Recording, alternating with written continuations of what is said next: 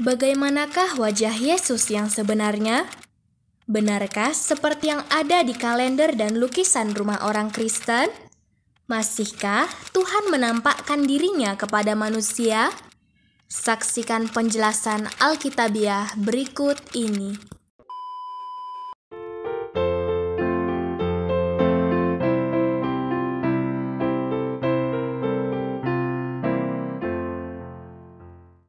Ya, kembali bersama dengan saya Gembala Are, dan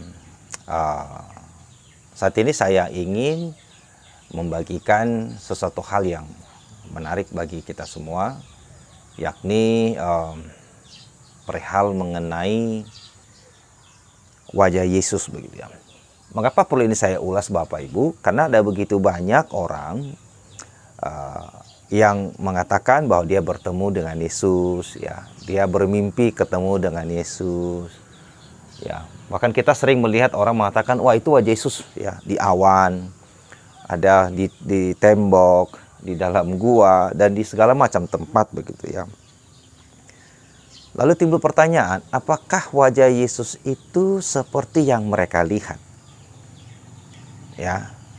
Saya mendengar dan juga menyaksikan langsung begitu ya, banyak orang yang mengklaim bahwa mereka bertemu dengan Yesus. Lalu kalau kita tanya wajahnya seperti apa begitu, lalu mereka akan berkata bahwa seperti yang di dinding-dinding rumah orang Kristen, atau seperti foto-foto yang dipajang di rumah-rumah orang Kristen. Pertanyaannya adalah, apakah wajah Yesus Kristus itu seperti itu atau tidak begitu? Ya. Rujukan kita atau orang Perjanjian Baru itu adalah Alkitab Perjanjian Lama. Di dalam Alkitab Perjanjian Lama, di situ berisi nubuatan tentang juru selamat yang akan datang, yaitu Yesus Kristus. Bagaimana dan seperti apa semua dijelaskan secara detail begitu. Lahir di mana, ya, situasi kondisinya seperti apa, dan bagaimana rupanya, dari keluarga apa, dan seperti apa. Semua dijelaskan secara detail dalam Alkitab. Tidak ada yang tersembunyi. Kenapa Tuhan harus menceritakan itu secara detail atau memberikan informasi yang sangat detail tentang Yesus yang akan datang? Supaya orang tidak salah menyambut. Ya, supaya orang tidak salah menyambut. Dikatakan dia keturunan perempuan. Artinya ini bukan hasil persetubuhan laki-laki dan perempuan. Ya, dikatakan dia akan lahir dari keturunan Daud. Ya, jelas dia pasti harus ada secara silsilah. Maria maupun juga Yusuf itu harus ada darah dari Raja Daud. Kalau tidak berarti itu palsu. Dia harus lahir di Bethlehem Efrata begitu. Ya, dan itu fakta begitu. Lalu dia akan dibawa ke Mesir, itu terjadi. Lalu dipanggil lagi kembali dari Mesir. Iya, akhirnya dia besar di Nazaret begitu. Sesuai dengan nubuatannya saya. Dan begitu banyak.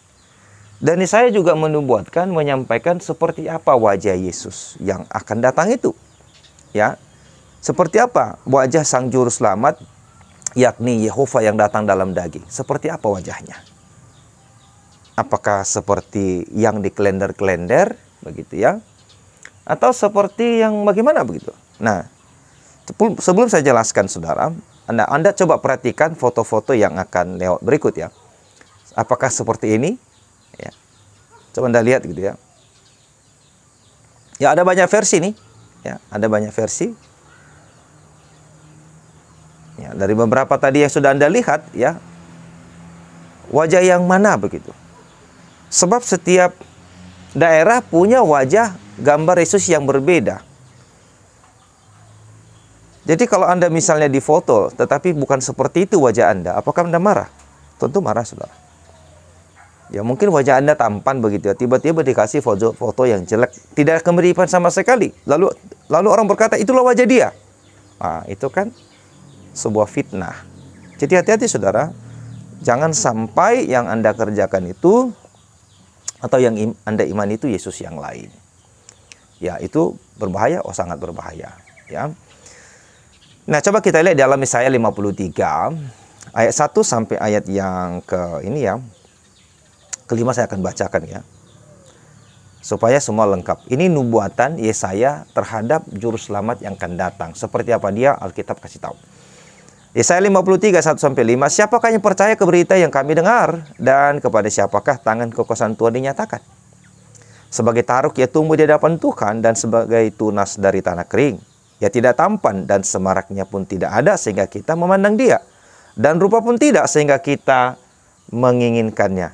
Ia dihina dan hindari orang. Seorang yang penuh kesengsaraan dan yang biasa menderita kesakitan. Ia sangat dihina sehingga orang menutup mukanya terhadap dia, dan bagi kita pun dia tidak masuk hitungan. Tetapi sesungguhnya penyakit kita yang ditanggungnya dan kesengsaraan kita yang dipikulnya, padahal kita mengira dia kena tulah, dipukul dan ditindas Allah. Tetapi dia tertikam oleh karena pemberontakan kita, dia diremukkan oleh karena kejahatan kita, ganjaran yang mendatangkan keselamatan bagi kita ditimpakan kepadanya, dan oleh bili-bulurnya kita menjadi sembuh. Ini nubuatan kepada juru selamat yang akan datang, yaitu Yesus Kristus. Alkitab berkata pada ayat kedua bahwa dikatakan sebagai taruh ia tumbuh di hadapan Tuhan, sebagai tunas dari tanah kering.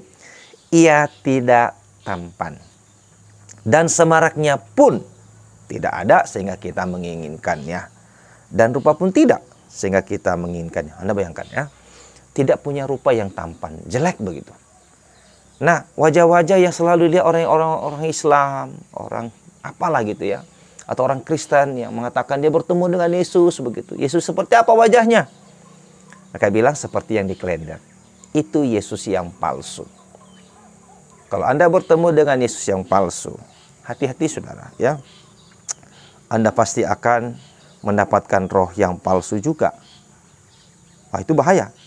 Ya, Tuhan Yesus pernah menyampaikan hal ini kepada Paulus ya, di dalam 2 Korintus pasal yang ke-11 ayat 4. 2 Korintus pasal yang ke-11 ayat 4 bilang ini, sebab kamu sabar saja jika ada seorang datang memberitakan Yesus yang lain. Ya, memberitakan Yesus yang lain. Yesus yang gondrong, terus tampan, itu Yesus yang lain. Yesus yang di kalender itu adalah Yesus yang lain. Itu bukan Yesus yang asli. Hati-hati saudara. Ya. Saya ulangi ayat ini. 2 Korintus 11 ayat 4. Sebab kamu sabar saja. Jika ada seorang datang memberitakan Yesus yang lain daripada yang telah kami beritakan. Atau memberikan kepada kamu roh yang lain daripada yang telah kamu terima. Atau Injil yang lain dari apa yang telah kamu terima. Wah, ini bahaya. Ya, bahaya saudara. Nah, itulah sebabnya juga Tuhan Yesus di dalam Matius pasal yang ke-24 itu, ya ayat 23 dia katakan begini kepada orang percaya. Ya, pada waktu itu jika orang berkata kepadamu, lihat Mesias ada di sini atau Mesias di sana, jangan kamu percaya. Kenapa? Karena Mesias palsu dan nabi palsu akan muncul dan mereka akan mengadakan tanda-tanda yang dahsyat, mujizat-mujizat sehingga sekiranya mungkin mereka menyesatkan orang-orang pilihan juga. Camkan aku sudah mengatakannya terlebih dahulu kepadamu. Ya. Ayat 26. Jadi apabila orang berkata kepadamu, lihat ia ada di padang, ya di padang gurun, jangan kamu pergi situ. Atau lihat ia ada di dalam bilik, jangan kamu percaya. Ya, Tuhan Yesus berkata jangan percaya kepada orang berkata dia bertemu dengan Yesus. Dia pasti bertemu dengan Yesus yang palsu. Kenapa? Sejak Alkitab selesai ditulis, Tuhan tidak lagi memperkenalkan dirinya dengan mendatangi seseorang. Kenapa? Karena Alkitab sudah ada sebagai petunjuk yang sempurna. Kalau kita ingin mengenal Tuhan yang baik, yang benar, dan yang menciptakan langit dan bumi, ya, maka kita harus mencarinya dalam Alkitab. Jikalau kita ingin menemukan Allah yang benar, Tuhan yang benar, Tuhan yang menciptakan langit dan bumi, maka kita harus mencarinya di dalam Alkitab. Bukan di dalam gua, bukan di dalam awan-awan, bukan di dinding, bukan di dalam bilik, enggak. Tuhan sudah mengatakan jangan percaya dengan itu. Sebab iblis akan datang menyamar dan mengatakan dia adalah Mesias. Jadi karena Alkitab sudah selesai, maka kita harus berpatokan kepada Alkitab. Alkitab berkata wajah Yesus tidak tampan, tidak punya semarak.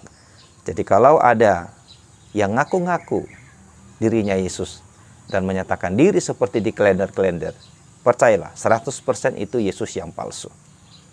Ya, itu 100% wajah Yesus yang palsu. Hati-hati saudara. Jangan sampai imanmu dibangun di atas wajah orang atau Yesus yang palsu. Itu berbahaya. Ya, jadi sekali lagi Alkitab dengan tegas mengatakan waspada, hati-hatilah.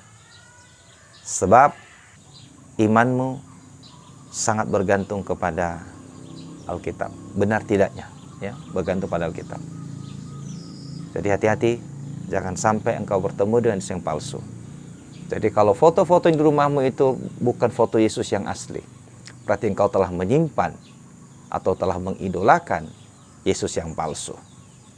Apakah engkau ingin bertemu dengan Yesus yang palsu? Atau ingin bertemu dengan Yesus yang asli? Biar itu menjadi renungan bagi Anda. Tuhan Yesus memberkati. Jika saudara-saudara merasa terberkati dengan video ini, silakan like, subscribe, dan share supaya semakin banyak yang mendapat berkat rohani dari video ini. Tuhan memberkati dan Maranatha.